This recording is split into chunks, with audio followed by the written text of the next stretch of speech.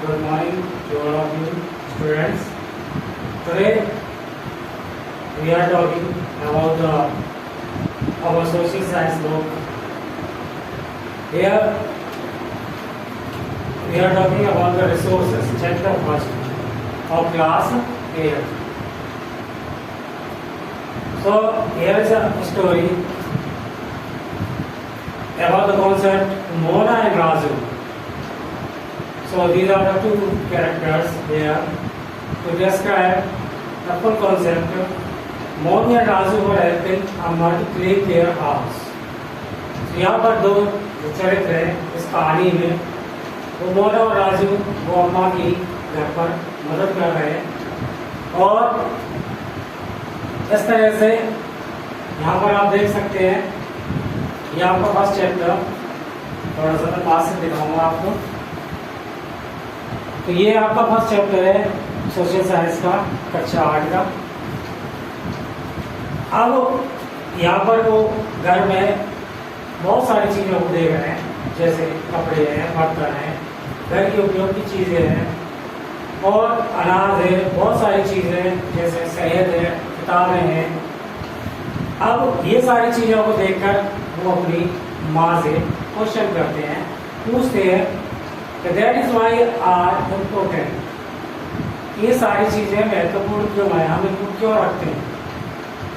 सो उनकी जो अम्मा है वो आंसर देती है कि दीज आर रिसोर्सेस, ये सारी चीज़ें संसाधन।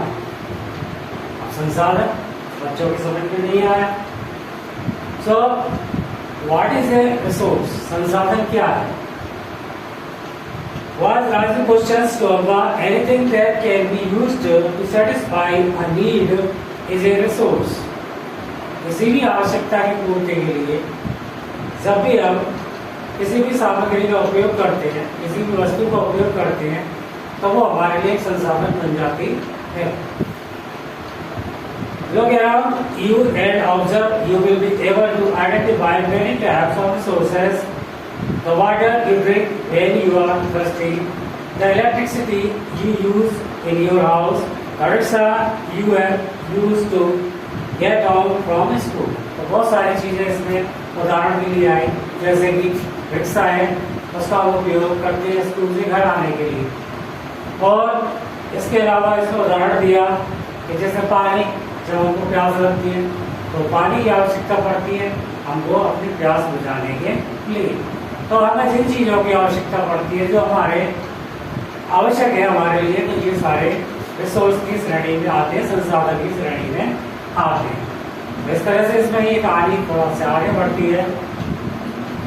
अब हम अपने चैप्टर का जो कॉन्सेप्ट है रिसोर्स, उसको थोड़ा और क्लियर करते हैं कि water, electricity, rickshaw, vegetable and text books have something in common. तो ये सारी चीज़ें सामान्य हैं। They have all been used by you, so they have utility. अब इनका उपयोग हम दैनिक संदर्भ में, दैनिक आजीवन में उपयोग करते हैं, तो इसका ये हमारे लिए उपयोगी वस्तु है।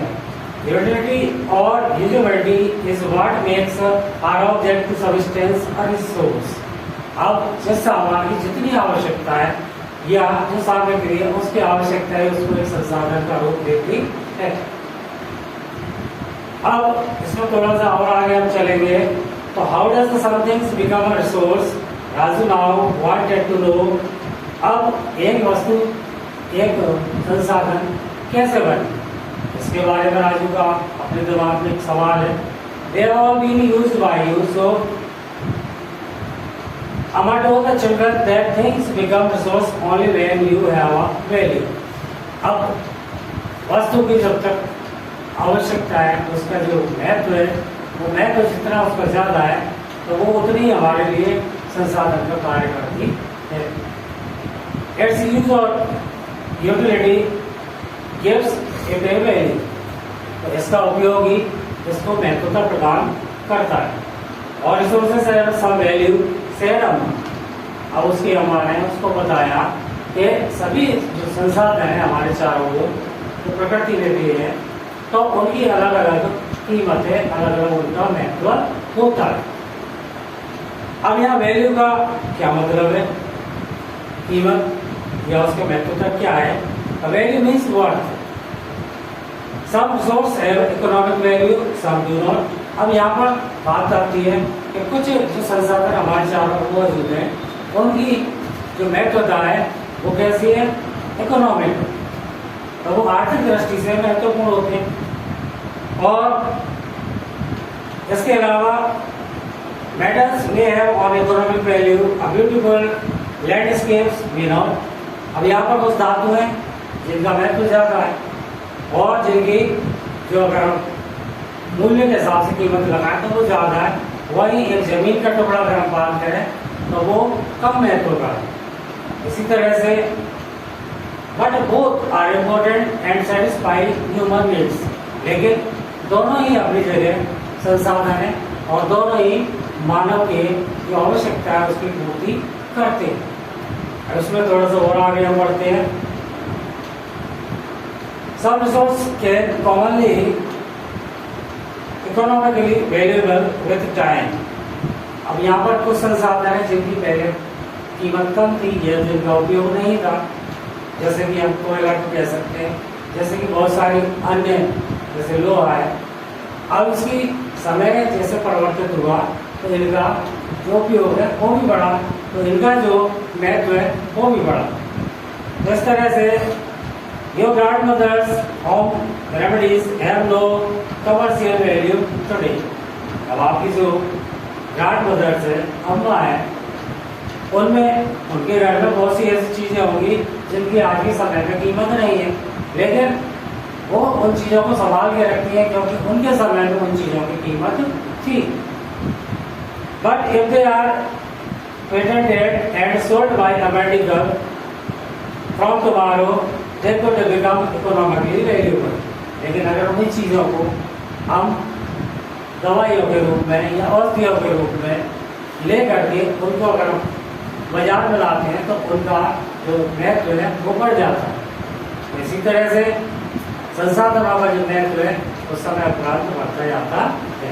अब हम यहाँ गए सेकेंड पेज, जो यहाँ पर इसी को और आगे समझाया गया है, तो यहाँ मैं थोड़ा सा और पास से आपको दिखाता हूँ सेकेंड पेज को। यहाँ देख सकते हैं कि यहाँ पर दो चित्र भी दे रखे हैं। सो टाइप्स ऑफ रिसोर्सेस, अब संसाधन के प्रकार कितने हैं, कौन कौन से प्रकार हैं जिनको हम संसाधन कहते हैं। Resource are generally classified into natural, human made and human.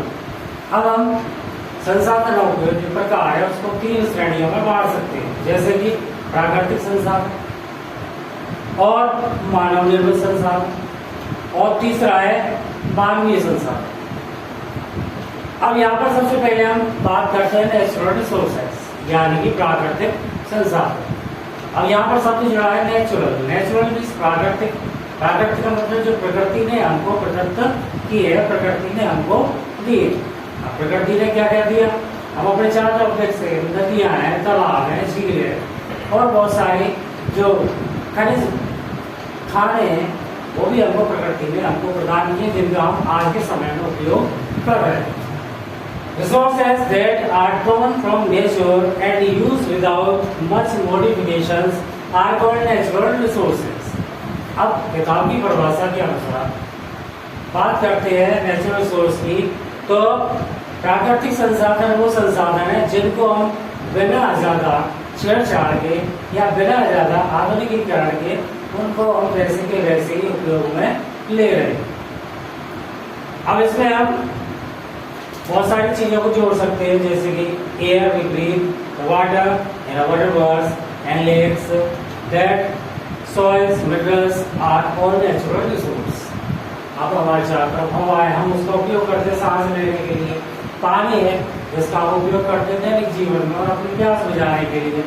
इसके अलावा पानी झीलों के अंदर है, नदियों के अंदर है और इसके अलावा बहुत सारी अन्य चीज़ें हमें अपने चारों ओर दिखाई देती हैं, जैसे कि प्रदान मिट्टी है और बहुत सारी खनिज चीज़ें हैं। ये सारी प्राकृतिक संसाधन के अंतर्गत आती है। और many of these resources are free gifts of nature and can be used directly। अब यहाँ पर वास्तव में जो सच बात है कि ये सारी चीज़ें हमें गॉड गिफ्टेड है, इनमें मानव का कोई इसमें किसी भी तरह का हस्तक्षेप नहीं है, केवल हम इनका उपयोग कर रहे हैं। यह सब हमको प्रकृति के द्वारा प्रदत्त है, जिनका हम आगे भविष्य में भी उपयोग करते रहेंगे। अब थोड़ा सा और आगे बढ़ते हैं इसमें। In some cases, tools and technologies may be needed to use a natural resource in the best possible way.